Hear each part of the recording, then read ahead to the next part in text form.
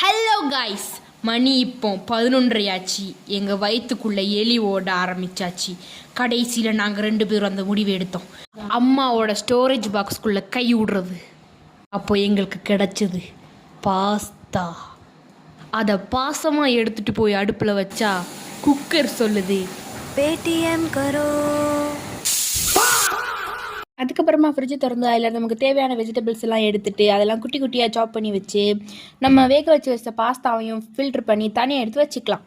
நம்ம எடுத்து தக்காளியை பேஸ்ட் பண்ணிக்கலாம். அதுக்கப்புறமா ஒரு கடாயில் கொஞ்சம் எண்ணெய் விட்டு நம்ம சாப் பண்ணி வச்சுருந்த பலாரியை போட்டு மிக்ஸ் பண்ணி அதை வேக வச்சுக்கலாம்.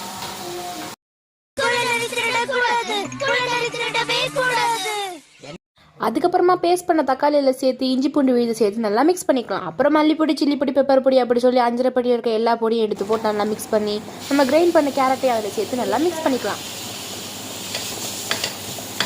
அதுக்கப்புறம் அதில் முட்டையை உடச்சி ஊற்றிக்கலாம். அதுக்கப்புறம் அதில் டேஸ்ட்டுக்காண்டி 1 spoon soya sauce, 2 spoon tomato sauce எல்லாத்தையும் போட்டு நல்லா மிக்ஸ் பண்ணி பாஸ்தாவையும் உள்ளே எடுத்து போட்டு மிக்ஸ் பண்ணிக்கலாம். அப்புறம் நம்ம உப்பு போட மறந்ததுனால கடைசியாக கொஞ்சம் உப்பையும் போட்டு மிக்ஸ் பண்ணி எடுத்துக்கலாம். தங்கச்சி வீட்டில் இருந்த எலி வளர்ந்து பெரிச்சாலியாக மாறி பாஸ்தா பக்கம் வந்துருச்சு. அதனால முதல்ல அவளுக்கே கொடுத்துடலாம். பாஸ்தா ஒரு பிளேட்டில் ட்ரான்ஸ்ஃபர் பண்ணி அதில் கொஞ்சம் கெச்சப்பை ஊற்றி நம்ம தங்கச்சியை டேஸ்ட் பண்ண கொடுத்தா சாப்பிட்டாவா சொன்னால் சூப்பராக இருக்குன்னு. மறக்காமல் லைக் பண்ணுங்கள். பாய்.